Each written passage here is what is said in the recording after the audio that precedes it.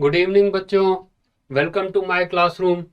मेरा नाम रवि है बच्चों और आज के सेशन में बच्चों क्वाड्रेटिक इक्वेशन हम देखने वाले हैं। ठीक है, क्वाड्रेटिक इक्वेशन से रिलेटेड एक बहुत ही important topic nature of roots के बारे में। नेचर ऑफ रूट्स वाला जो टॉपिक है बच्चों, ठीक है, ये टॉपिक आपका इंपॉर्टेंट क्यों है? क्योंकि ऑब्वियस सी बात है बच्चों, इससे रिलेटेड आपका क्या है, पेपर में सवाल आएगा। तो शुरू करते हैं बच्चों इसे। देखिए, तो जब नेचर ऑफ रूट्स को बच्चों देख रहे हैं तो सबसे पहले हम क्या करते हैं कि रूट्स के बारे में समझ लेते हैं थोड़ा बहुत। तो क्वाड्रेटिक इक्वेशन में बच्चों हमने क्या देख रखा है कि रूट्स कितने होते हैं? At most 2 real roots.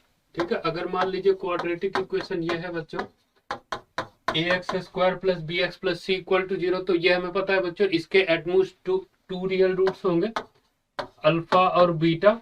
फिर हमने बच्चों ये भी पढ़ रखा है कि इन दोनों रूट्स को फाइंड करने के हमारे पास टोटल 3 तरीके हैं। ठीक है, एक तरीका आपका होता है फैक्टराइजेशन मेथड, दूसरा वाला मेथड होता है हमारे पास कंप्लीटिंग स्क्वायर मेथड, और थर्ड मेथड हम पढ़ते हैं डी मेथड। तो लास्ट वाले मेथड का बच्चों यहाँ पे यूज करने वाले हैं, और लास्ट वाले मेथड की हेल्प से अगर आप इस क्वाड्रेटिक इक्वेशन के दोनों रूट्स लिखोगे तो कैसे लिख सकते हैं? Alpha comma beta equal to minus b plus minus root under b square minus 4ac divided by 2 है। ठीक है, इस तरीके से आप लिख सकते हो। नेचर ऑफ रूट्स जो है बच्चों, ये टॉपिक आपका कहां से निकल के आता है? ये जो स्क्वायर रूट के अंदर में जो क्वांटिटी हमने रखी हुई है बी स्क्वायर माइनस 4ac, ठीक है, यहीं से ये निकलता है। कैसे ये आपका यहां से आ रहा है ये अभी हम देख लेंगे। ये बेसिक सा कंसेप्ट बच्चों हमें याद रखना है कि स्क्वायर रूट के अंदर आपका जो भी नंबर रखा हुआ है, अगर वो नंबर पॉजिटिव है तो ओवरऑल जो बच्चों हमारा नंबर बनेगा, नंबर कैसा होगा? Real number. स्क्वायर रूट के अंदर वाली चीज बच्चों अगर 0 के बराबर है, ठीक है, अगर 0 के बराबर हो रहा है तब भी आपका नंबर कैसा रहेगा? रियल। ठीक है, लेकिन ओवरऑल नंबर 0 के बराबर, और स्क्वायर रूट के अंदर वाली चीज बच्चों अगर निगेटिव नंबर है तो हम क्या बोलेंगे कि नंबर आपका नॉट रियल है, या फिर आप इसको क्या बोल सकते हो? Imaginary number. ठीक है, और 11th क्लास में जो बच्चों आपका एक पूरा चैप्टर होता है इमेजिनरी नंबर, ठीक है, तो वहां पे इसके बारे में डिटेल से देखेंगे।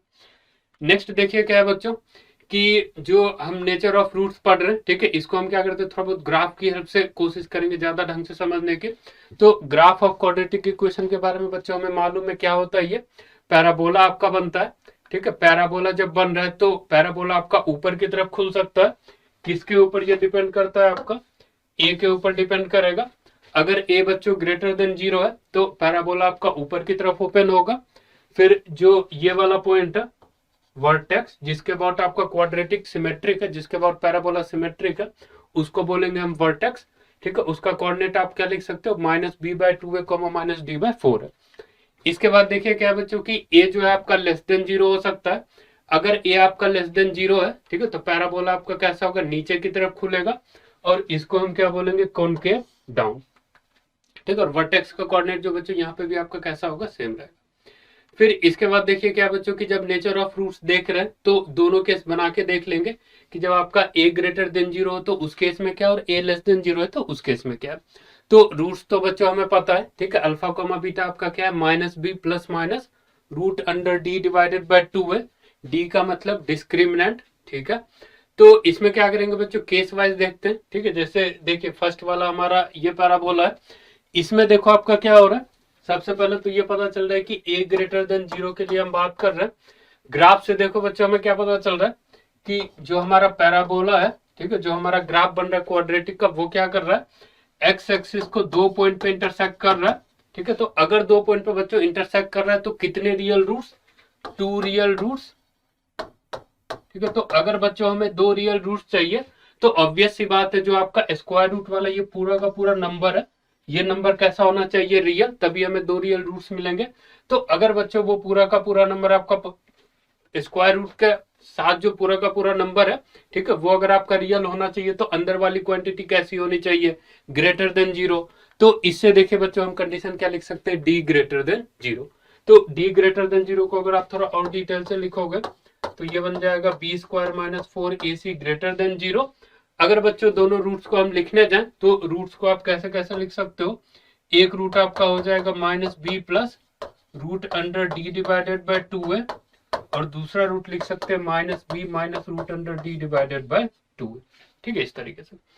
नेक्स्ट वाला केस क्या होगा बच्चों, समझिए इसे, कि पैराबोला को हम क्या करते हैं, थोड़ा ऊपर शिफ्ट करते हैं। ऊपर शिफ्ट करने से क्या हो रहा है कि अब जो है ना ये 2 पॉइंट पर इंटरसेक्ट नहीं कर रहा है, एक्स एक्सिस को बच्चों केवल टच करके जा रहा है, या फिर ऐसे बोलो कि एक ही पॉइंट पे कट करके जा रहा है। तो इस केस में आपका क्या हो रहा है कि या तो आप बोलो कि क्वाड्रेटिक का एक ही रूट है, या फिर इसको आप ऐसे बोल सकते हो कि क्वाड्रेटिक के 2 रूट्स हैं और दोनों रूट्स आपस में कैसे हैं, कोइंसिडेंट है। तो उसके लिए बच्चों हमें क्या चाहिए होगा कि स्क्वायर रूट वाला क्वांटिटी आपका 0 के बराबर बन जाए। तो अगर उसको 0 के बराबर करना है तो हम क्या करेंगे, d इक्वल टू 0। तो d इक्वल टू 0 अगर आप लिखोगे तो इसका मतलब हुआ b square minus 4ac equal to 0। ठीक है, उसके बाद देखिए अगर आप रूट्स को लिखने जाओ तो अल्फा कॉमा बीटा जो है बच्चों आपका दोनों सेम हो जाएगा। कैसे सेम होगा, कैपिटल डी इक्वल टू 0 आप इसमें जैसे ही रखोगे तो पूरा का पूरा टर्म गायब, प्लस माइनस का कुछ मतलब नहीं रहेगा, तो डायरेक्ट आप क्या लिख सकते हो, minus b divided by 2। Last वाला केस देखेंगे बच्चों। लास्ट वाले केस में क्या करो, पैराबोला को और ऊपर लेके जाओ। अब इस केस में देखिए क्या हो रहा है कि पैराबोला जो है आपका एक्स एक्सिस को कट नहीं कर रहा है या फिर टच नहीं कर रहा है। तो इस केस में क्या बोल सकते हैं कि कोई भी रियल रूट्स नहीं होंगे, ठीक है, इमेजिनरी रूट्स होंगे इसके। तो इमेजिनरी होने का क्या मतलब है कि स्क्वायर रूट के अंदर वाली जो चीज है बच्चों, ये आपका कैसा होना चाहिए, निगेटिव क्वांटिटी। तो निगेटिव क्वांटिटी के लिए क्या लिखेंगे, डी लेस देन 0, या फिर b square minus 4ac less than 0। ठीक है, तो इससे हमें क्या पता चल रहा है बच्चों कि जैसे a आपका ग्रेटर देन 0 है तो 3 केस बना के आप देख सकते हो। 3 केसेस में क्या क्या समझ में आ रहा है, d ग्रेटर देन 0 तो 2 इसके रूट्स होंगे, d इक्वल टू 0 का मतलब है कि या तो 2 कोइंसिडेंट रूट्स या फिर एक ही रूट बोलो उसको। लास्ट वाला केस होता है कि अगर आपका d लेस देन 0 हो गया तो क्वाड्रेटिक के नॉन रियल रूट्स या फिर इमेजिनरी रूट्स। तो जैसा बच्चों हम a ग्रेटर देन 0 के लिए देख रहे हैं तो सेम चीज आप क्या कर सकते हो, a लेस देन 0 के लिए भी देख सकते हैं। ठीक है, तो नेक्स्ट वाला केस हम क्या करते हैं, a लेस देन 0 वाला देख लेते हैं। देखिए a लेस देन 0 में आपका कैसा है कि पैराबोला नीचे की तरफ खुलेगा। क्या दिख रहा है हमें कि पैरा क्वाड्रेटिक जो आपका 2 बार एक्स एक्सिस को कट कर रहा है। तो अगर बच्चों 2 बार कट कर रहा है तो कितने रियल रूट्स, 2 रियल रूट्स। और अगर बच्चों इसके 2 रियल रूट्स होंगे तो d आपका कैसा हो जाएगा, greater than 0। d greater than 0 का मतलब वापस से b square minus 4ac greater than 0। Next वाला केस क्या है बच्चों, थोड़ा सा नीचे लेके आएंगे पैराबोला को। तो एक पॉइंट पे ये जो है एक्स एक्सिस को टच करेगा, तो एक रियल रूट या फिर दोनों को इंसिडेंट रूट। तो d आपका कैसा हो गया, equal to 0। d equal to 0 होने का मतलब है कि b square minus 4ac equal to 0 या फिर b square equal to 4ac। Last वाला केस होगा बच्चों, पैराबोला को और नीचे लेके जाइए। तो इस केस में ये जो है आपका एक्स एक्सिस को कट नहीं करेगा, नहीं कट कर रहा है तो इसका मतलब इमेजिनरी रूट्स। इमेजिनरी रूट्स होने का मतलब है कि बी स्क्वायर माइनस 4ac आपका लेस देन 0। ठीक है, तो एक बार बच्चों ये समझ में आ गया तो हम क्या कर रहे हैं इसमें, ये हम जितने भी टोटल नंबर ऑफ केसेस होते हैं, ठीक है, जो मेन है आपका वो तो 3 ही होता है। ठीक है, आप उसमें भी क्या कर सकते हो, a greater than 0, a less than 0 करके और भी इसके अंदर डीप जाके देख सकते हैं। लेकिन जो बच्चों हमारे 10th क्लास के लेवल का है, ठीक है, वो आपका इतना ही होता है। ठीक है, पेपर में इन्हीं सब का यूज किया जाता है। तो अब इसके बाद क्या करते हैं कि थोड़ा बहुत सवाल देख लेते हैं। ठीक है, मतलब क्वेश्चन जो आपका किस किस टाइप का पूछा जा सकता है।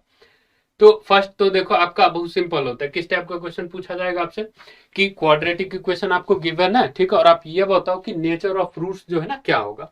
तो नेचर ऑफ रूट्स बच्चों कैसे फाइंड करेंगे इस क्वाड्रेटिक का, सबसे पहले आप क्या करो, डी कैलकुलेट कर लो। ठीक है, ये बच्चों हमने पढ़ रखा है कि जो नेचर ऑफ रूट है सारा का सारा आपका डी के ऊपर डिपेंड करेगा। डी की वैल्यू क्या होती है, बी स्क्वायर माइनस 4ac। ठीक है, इसकी वैल्यू अगर आप लिखो तो 9 माइनस 4 इंटू 7 इंटू 2, तो ये आपका कितना बन जाएगा बच्चों, 9 माइनस 56। ठीक है, आप इसको सब्ट्रैक्ट कर लो या फिर डायरेक्ट यहां से देख सकते हैं कि जो भी बच्चों रिजल्ट आने वाला है, रिजल्ट आपका कैसे होने वाला है, निगेटिव। तो अगर बच्चों d लेस देन 0 हो गया तो इसका मतलब क्या होगा, ठीक है, d लेस देन 0 का मतलब जो भी इसके रूट्स है वो रूट्स कैसे होंगे, इमेजिनरी। ठीक है, इसी तरीके से बच्चों अगर सेकंड वाला सॉल्व करें तो सेकंड में भी आप डी कैलकुलेट करो। तो बी स्क्वायर माइनस 4ac मतलब 25 माइनस 4 इंटू 5, तो 25 माइनस 20, तो ये आपका हो गया 5 के बराबर। और 5 बच्चों कैसा नंबर है, पॉजिटिव नंबर है, तो कैपिटल डी आपका ग्रेटर देन 0। तो ग्रेटर देन 0 का ये मतलब होगा कि दो रूट्स हैं, दो रियल रूट्स हैं, और दोनों रूट्स कैसे होंगे, आपस में डिस्टिंक्ट होंगे। ठीक है, तो ये बच्चों हो गया हमारा फर्स्ट वाला टाइप। इसमें आपको दिक्कत नहीं आएगी, कैपिटल डी कैलकुलेट कीजिए, साइन चेक कीजिए और वहां से बता सकते हैं कि रूट्स का नेचर कैसा होगा। नेक्स्ट देखिए क्वेश्चन का टाइप क्या हो सकता है कि क्वाड्रेटिक में क्या करें कि एक वेरिएबल आपका रख दे, ठीक है, ये कुछ मान लो क्वाड्रेटिक लिख के के सी एच एफ कुछ मतलब कोई भी वेरिएबल इसके अंदर बिठा दें और आपको बोला जाएगा कि इसकी वैल्यू फाइंड कीजिए गिवन कंडीशन पे। तो ये हमें दिया हुआ बच्चों की क्वाड्रेटिक इक्वेशन के जो रूट्स है ना रियल और इक्वल है, तो रियल और इक्वल रूट्स हैं बच्चों, तो डी हमारा कैसा इक्वल टू 0। ठीक है, अगर ये दिया होता कि रियल एंड डिस्टिंक्ट रूट्स तो उस केस में आप सॉल्व कीजिए डी ग्रेटर देन 0, इनइक्वालिटी का सवाल हो जाएगा। लेकिन यहाँ पे आपसे बोला जा रहा है कि रियल एंड इक्वल है तो d equal to 0। D equal to 0 करने का क्या मतलब होगा कि b square minus 4ac equal to 0। यहाँ पे क्या करो आप वैल्यूज बिठाओ ऊपर वाले इक्वेशन से, तो क्या क्या लिख सकते हैं 100 माइनस में लिखोगे 4 इंटू के इंटू 2। ठीक है, ये बच्चों किसके बराबर 0 के बराबर। तो यहाँ से सॉल्व होके आ गया 8k इक्वल टू 100, तो k की वैल्यू लिख लेंगे बच्चों 100 डिवाइडेड बाय 8 या फिर 25 डिवाइडेड बाय 2। ठीक है, इसके बाद देखिए क्या बच्चों, जैसे ये सब हो गया आपका आसान वाला क्वेश्चन टाइप। एक क्या करते हैं थोड़ा डिफिकल्ट वाला भी करके देखते हैं। ठीक है, तो जैसे देखिए ये वाला सवाल है कि एक क्वाड्रेटिक इक्वेशन बच्चों गिवन है और ये हमसे बोला जा रहा है कि प्रूव कीजिए कि इसके जो रूट्स है ना रियल और डिस्टिंक्ट है। ठीक है, रूट्स इसके जो डिफॉल्ट में वो सब रियल एंड डिस्टिंक्ट है, लेकिन ये सब आपस में इक्वल हो सकते हैं। कब इक्वल हो सकते हैं, जब आपका a equal to B equal to क्या हो जाए c के बराबर। तो देखिए इसको सॉल्व करने के लिए क्या है बच्चों की सबसे पहला काम ये करना है कि क्वाड्रेटिक इक्वेशन को आप कन्वर्ट करो। ठीक है, जो हमारा स्टैंडर्ड फॉर्मेट होता है उसमें, क्योंकि ऑब्वियस सी बात है ये आपका स्टैंडर्ड फॉर्म में नहीं लिखा हुआ है। तो स्टैंडर्ड फॉर्म में करने के लिए क्या करना पड़ेगा बच्चों, सबसे पहले आप करो कि सारे ब्रैकेट्स को ओपन करो। ठीक है, मल्टीप्लाई करके। तो फर्स्ट वाले ब्रैकेट को अगर ओपन करें बच्चों तो आपको मिलेगा एक्स स्क्वायर, नेक्स्ट वाले से भी एक्स स्क्वायर, लास्ट वाले से भी एक्स स्क्वायर, तो तीनों को ऐड किया तो 3x स्क्वायर।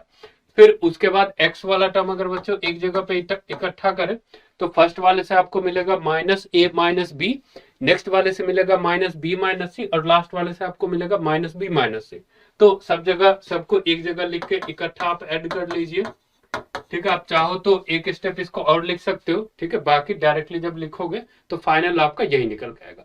फिर अगर कांस्टेंट टर्म लिखे तो फर्स्ट वाले ब्रैकेट से आपको मिलेगा ए बी, नेक्स्ट वाले ब्रैकेट से बी सी और लास्ट वाले ब्रैकेट से मिलने वाला है ए सी। तो लिख लो आप इसे भी, तो प्लस में लिखेंगे a B plus B C plus a c equal to 0।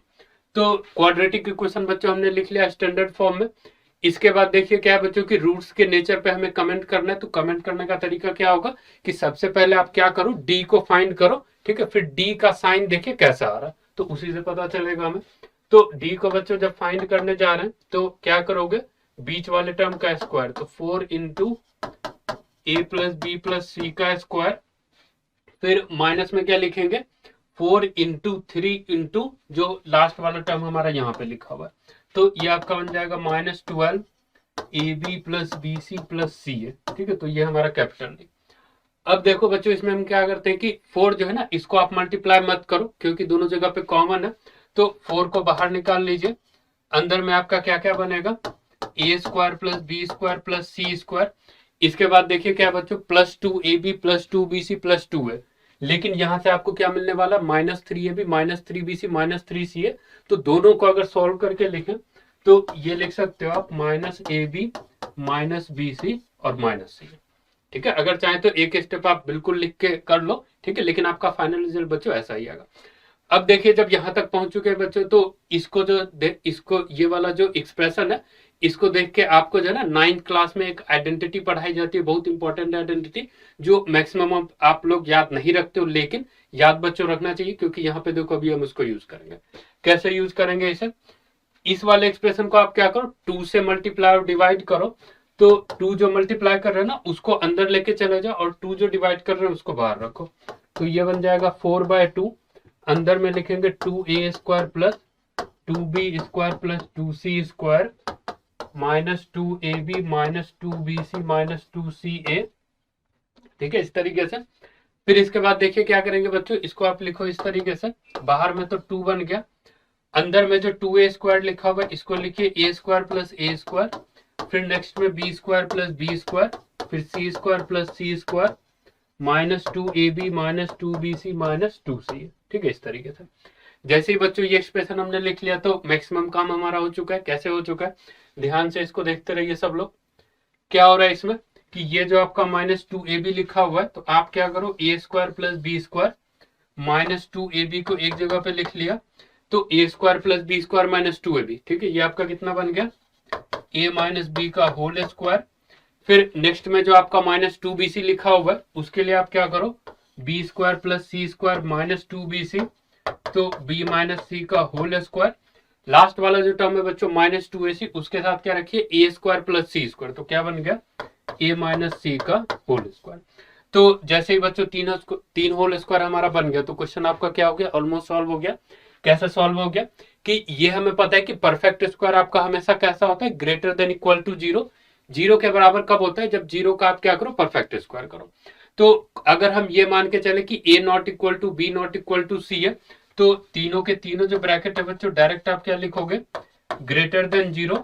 कब ये ग्रेटर देन 0 है, 0 हो रहा है जब ये एज्यूम कर रहे हैं कि a not equal to b, मतलब फर्स्ट वाला ब्रैकेट 0 के बराबर नहीं, और b not equal to c, तो सेकंड वाला ब्रैकेट भी 0 के बराबर नहीं, तो ऑटोमेटिकली आपका थर्ड ब्रैकेट भी 0 के बराबर नहीं।